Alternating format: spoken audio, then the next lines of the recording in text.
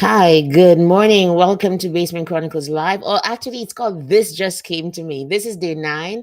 And do you know what day it is today? It is May 25th. And this time, 5 years ago, our world changed in a way that for me, it really affected me very deeply up to a day like today.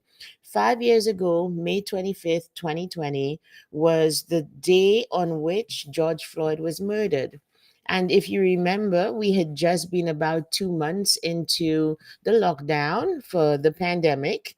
And here comes this situation caught on camera where a black man is calling out for his mother while a white man has his knee on his neck.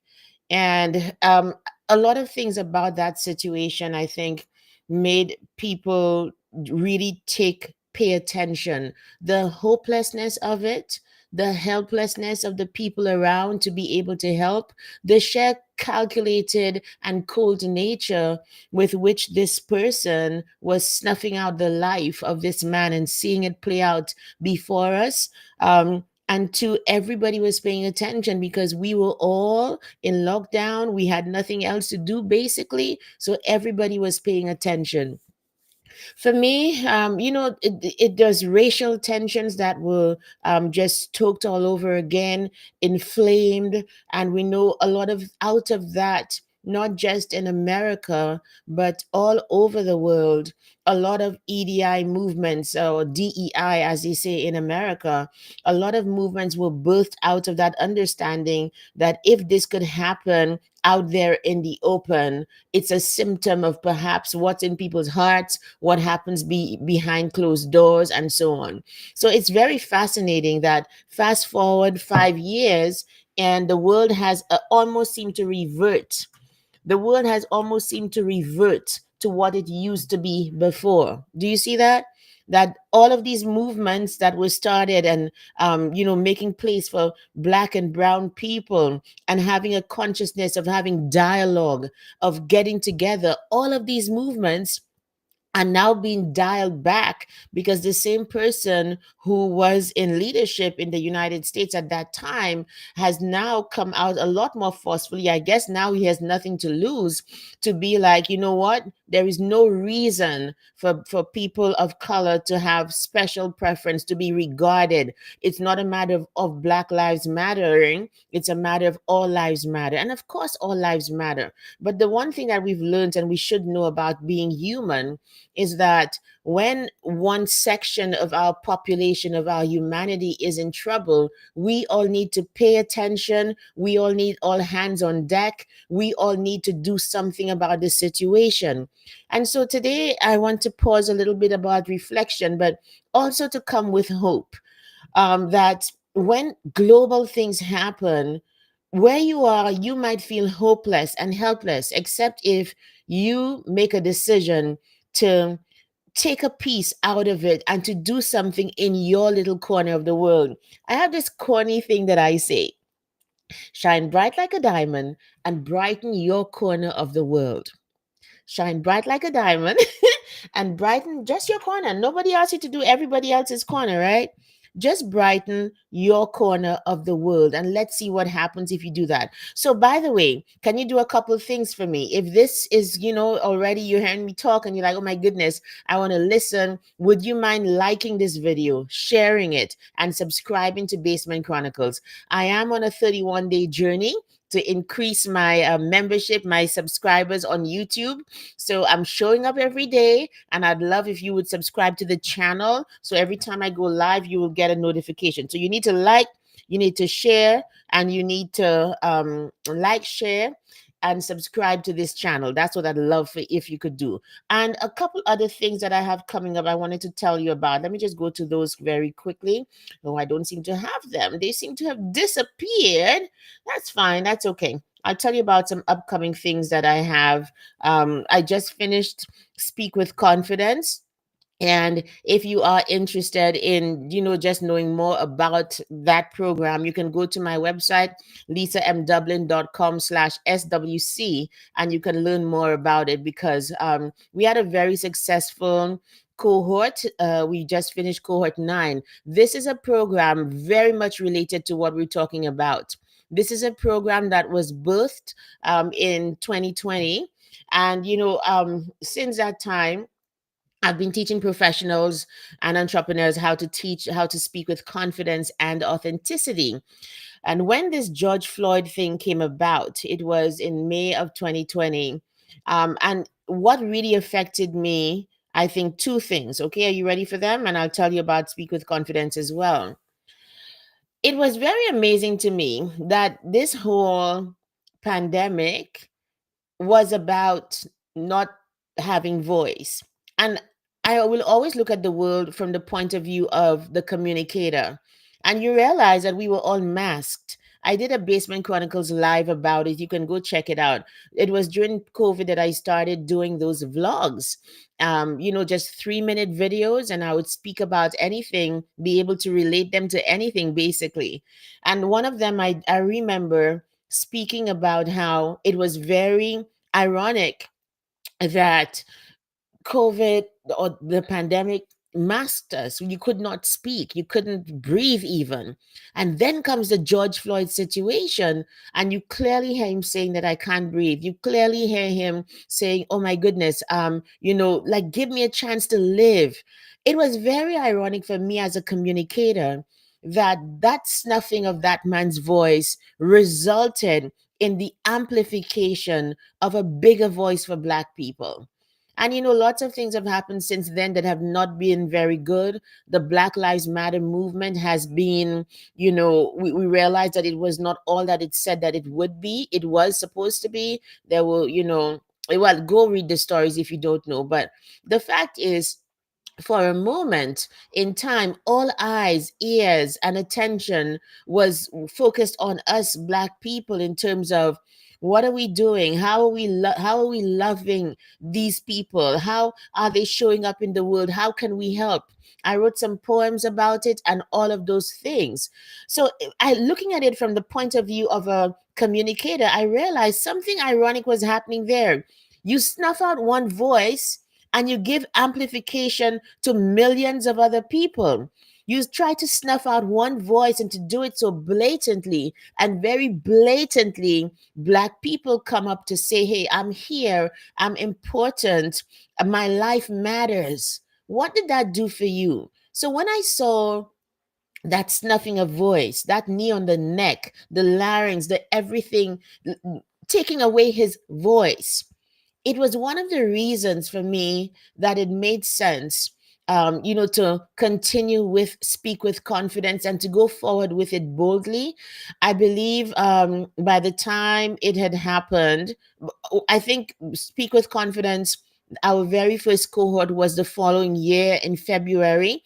And that was one of the things at the back of my mind, that I'm an immigrant. I deserve to be heard.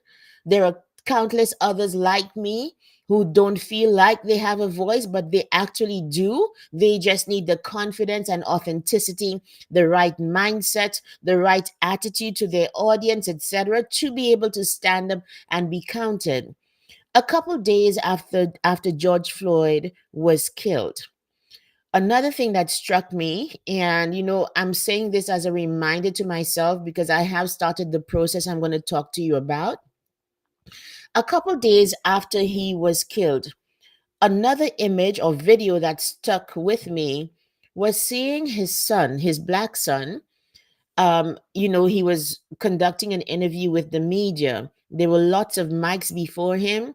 And this young man, he looked to be about, if not late teens, early 20s, and he could not express himself properly. I'm not sure why, still. It could have been either he was just simply very nervous, but he was stammering. He didn't look like he had his thoughts together, all of the things. And I'm not sure if it was around that time, but it was a conflation of so many things coming together. Hearing a sports analyst say to LeBron James, "Shut up and dribble," and seeing this young man at the podium with all of these mics, speechless. And I said to myself, people like me who not just can speak, but have the confidence to speak up and are in the business of training other people to do that, we have a responsibility to shine the light and to let people focus in our programs, in our lives like this, to say it matters that you have a voice. It matters that you stand up and be counted. It matters that when something happens that you don't like, that you've got the language and the emotional intelligence to be able to express what your dislike and possibly solutions in a way that is heard not just by the people who hurt, but also by the perpetrators. So I'm about to do this, start up a program, a nonprofit called Speak Up Canada. And it has taken, like, I really need to stop talking and do this thing, because now it has taken an even bigger life, because it's not just Black people who need to speak up, especially here in Canada, but I believe just in terms of this threat of annexation and just us shining a light on what it means to be Canadian. For me, it's St. Lucian Canadian, but still Canadian. In my opinion, what if there was a groundswell, a voice of Canadiana, of what it means to be Canadian, even in this very present day? And so, what I want to do with Speak Up Canada is to create voices through poetry and public speaking from the youth and immigrant populations to be able to speak about what it means to be Canadian.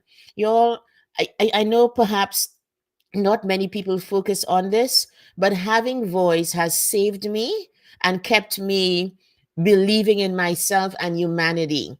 In the workplace, when I used to be in the workplace, coming from the background that I did, I never let, perhaps, I never got the memo. There's an invisible memo perhaps that people give when you enter a workplace as an immigrant. The invisible memo is shut up and keep quiet. Shut up, don't say anything. The other person who gives the memo is, we sometimes give the memo to ourselves, don't we? We give the memo to ourselves. We say to ourselves, "Oh, I should not speak. I should not be saying this. Who am I?" We take that memo, we internalize it, and we let the memo in our heads keep us quiet.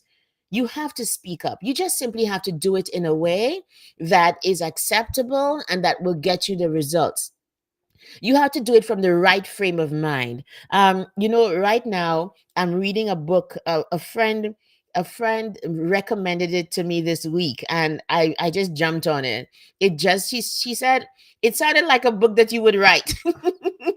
So there's this book. It's actually called The Memo, and it's by a lady. She's a millennial. Like, she's so funny, you guys. I'm enjoying the book. The book is The Memo, and it's by Minda Harts. And I mean, she's writing about how from the time of Trayvon Martin, she started this movement, again, giving voice to herself.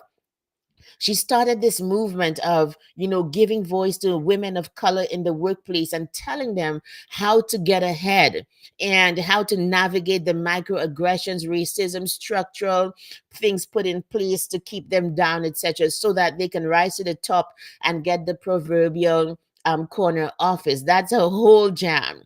And I'm listening to the book, and it's funny, it's poignant, it's right on target. It really touches on a lot of issues that Black people, Black women in particular, face in the workplace. I'm also seeing, and I'm not done yet, but I'm also seeing that if, as a Black person, you are not focused on yourself, many times you'll find yourself focused on other people. And one of the things I've learned is to be hyper focused on who I am, hyper focused on the fact that when you show up, you are supposed to show up blessed and highly favored, above only and not beneath, the head and not the tail. I have to show up not according to what society says I am, but who God says I am. I will always push it because it works, and it puts you in a more positive mindset. It checks all the boxes of how you can get a certain result if you start from focusing on a certain thought in your head. Let me give you an example. On Friday or Thursday, was it? I think Thursday, I gave a talk, a lunch and learn to an ERG, an employee resource group with the government of Alberta. And we were looking at ways that sometimes us as Black people, we self sabotage. And I said to them, in my opinion, one of the ways that we do that is to take on, appropriate, accept the language of the other. The language in this place called Canada of people saying to us two things: that we are racialized, and secondly, that we are the minority. And that's not true. There are as many Black people as there are white people, from what I understand. There are as many Black people as there are white people in the world. So, what are we talking about? But let's deal with the first one first, okay? Now, um, I don't know if I need to be an English major, where this is coming from, but I am an English major. My first degree is in English and Spanish, and I also have a master's in English literature from the University of Alberta. I just say that to give a bit of credibility to what I'm going to say next about this word called racialized. Do you realize? Let's take a couple other words that use the IZED ending, that shows that something has been done to something, that a state has been changed. If you become Americanized, you or naturalized, let's put naturalized. If you become naturalized, then you are co-opted into a new country. That's my understanding of it. If, for example, you are cooking and the sugar becomes, you can boil down the sugar, it becomes caramelized. IZED or ISED, depending on which part of the world you are. What that means, you guys, is that we have changed the state of the thing in question. When you come to Black people, and you call us racialized, and we call ourselves racialized, we are like denigrating ourselves. We are making null and void any kind of ERG, any kind of anti-racism movement, by saying this has already been done. And if it has already been done, can I ask what it is we're talking about? What are we saying? If it has already been done, hey, Valen, I'm energized. If it has already been done, what are we even talking about? So you need to watch the words that you call yourself, and all of that goes to having voice. All of that goes to choosing how you frame yourself, how you let other people frame you, what words you subscribe to, and what thoughts they produce. If I go about believing I'm racialized, I have a victim mentality. I said it. I am not a victim. I'm not saying that there's not systemic things that we need to fight against, but I'm not going to bring and the other's thoughts into my head. Let it take its place. Let it take a place in my head and look out of the world with the intruder in my mind and say, yes, that's true. I'm racialized. I hate that word. I'm never going to use it. And every time I see it and I hear it, I'm going to rail against it, because we are using it without understanding.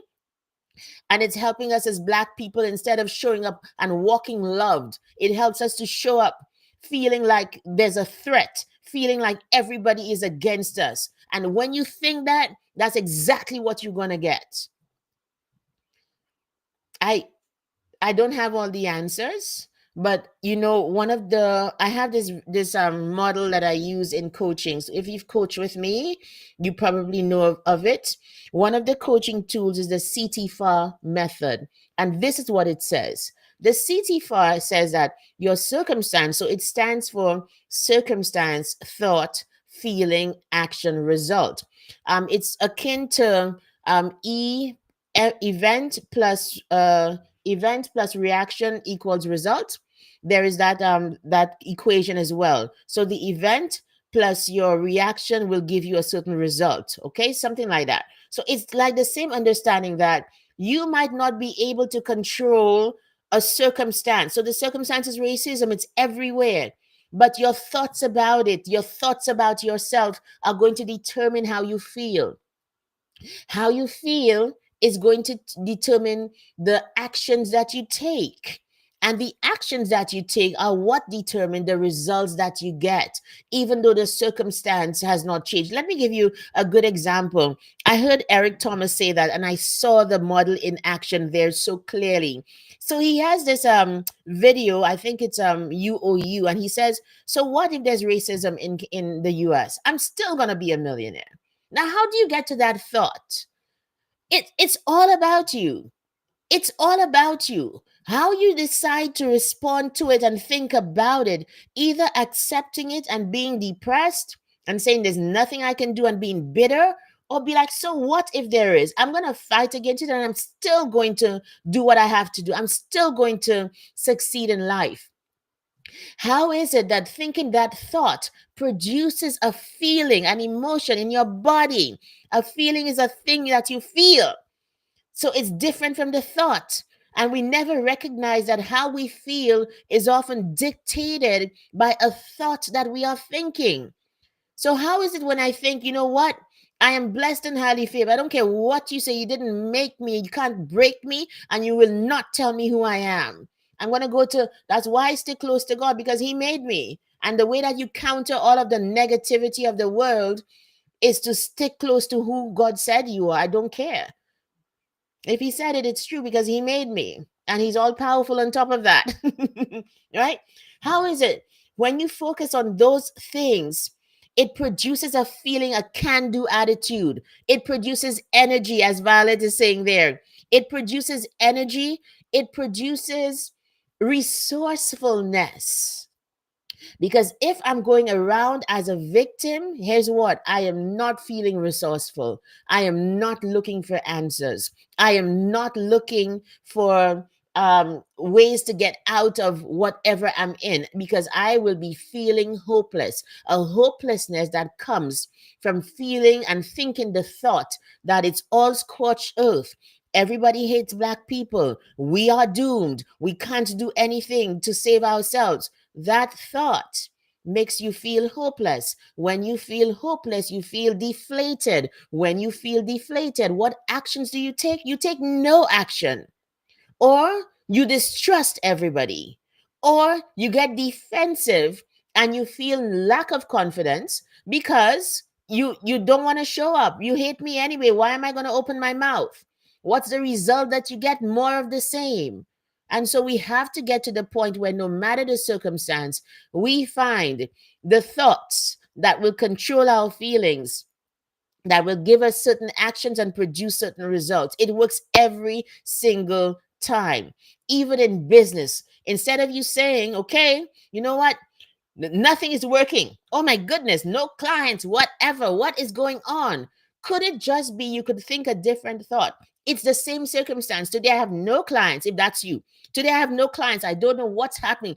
Everything feels dry. That's the circumstance. Check your thoughts about it. Are you thinking to yourself, oh my goodness, I'm doomed. I'm not meant to be in business. Nobody wants what I have to have, what I have to offer.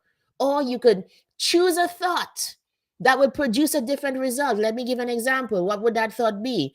Oh, my clients are there, you know. I just need to know what I need to do to get them to open that door. No, I have clients. I have 10 people waiting on me. The line outside my business is long. I just simply need the key to open that door. What is that key to open that door? What can I offer? What is the pain point that I can solve that would say to my clients, hey, I'm open for business, come in?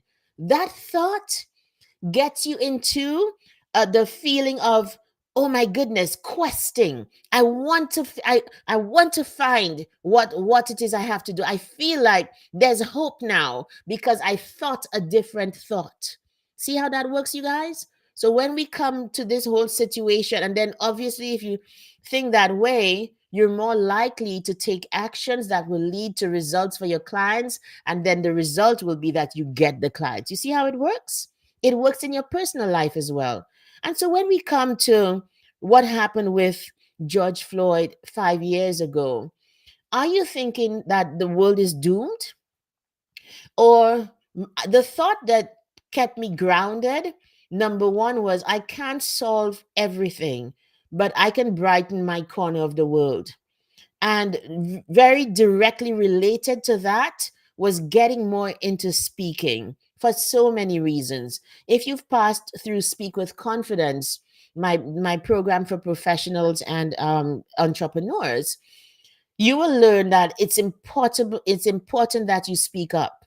It's important that you stand up and be counted, because if you don't, stereotypes will proceed.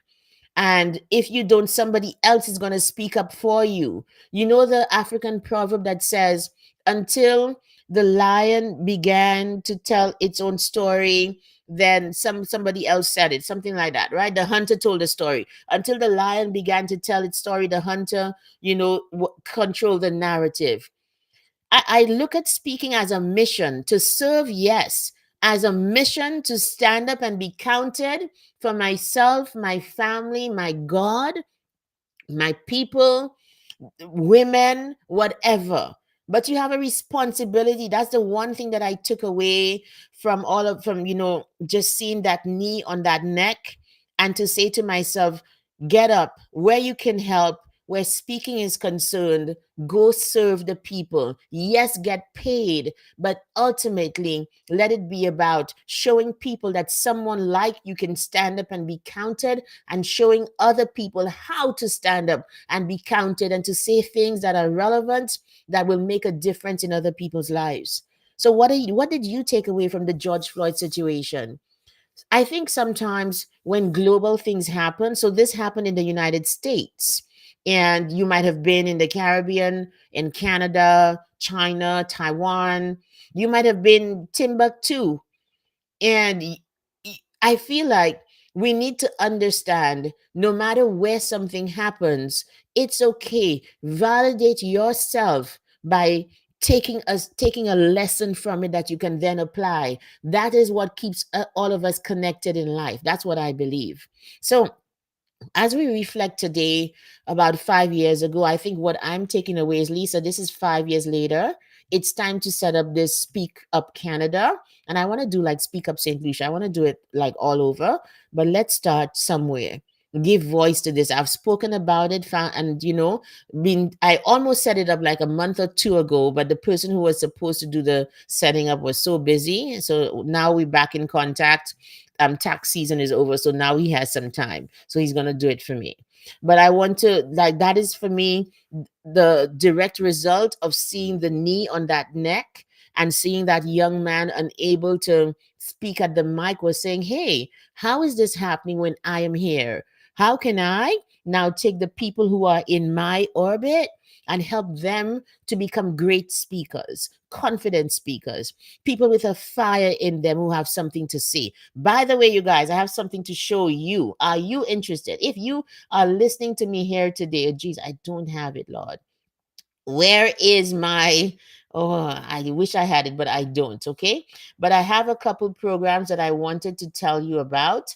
My Find Your Fire program, it's coming up, and it's going to be, let me see if I can perhaps pull that up very quickly while I speak to you. I have a program coming up called Find Your Fire, and this is for people not just who want have to speak for a living, but also want to speak for a living. That is different. So you can make a career out of speaking. Yes, you sure can. And that's what I want to be teaching people in my next program, Find Your Fire. I'm just rolling everything out right now, getting ready for the big reveal, the big reveal, right? But if you are interested, if you hear this and you're like, okay, let me find out what this thing is about, you can just contact me and we can talk more about it. But you'll see the ads and everything going out in a couple days. That's how we're going to be doing it, right? Anyway, I'll just do it. Okay, so thank you for joining me here today on day 9 of Find Your Fire. Can I ask, what are you taking away? Like, what did you learn? Be excited about what kind of piqued your interest from what I said. It's always good after you hear lies and that kind of thing to kind of figure out, okay, what did I learn? Like, how can I, like, how am I taking this away to change my life? Please watch it again. and share it. Please like, share, and subscribe. Those three things I'm asking of you if you are here today. Like, share, and subscribe. And don't forget, I'm going to be here tomorrow. I'm not sure what time. I just have to set my days. But the whole point is the discipline of showing up every day for 31 days. It's actually working. Anything that you put effort to will work. That's life, isn't it? So I'm like, okay, I'm going after my followers and getting more subscriptions to the website, to the YouTube channel, and it's working. So thank you for listening, and I'll see you sometime tomorrow. You need to subscribe and enable your notification so when I go live, you are going to know. Thank you. Have a great Sunday, everybody. Bye. Take care.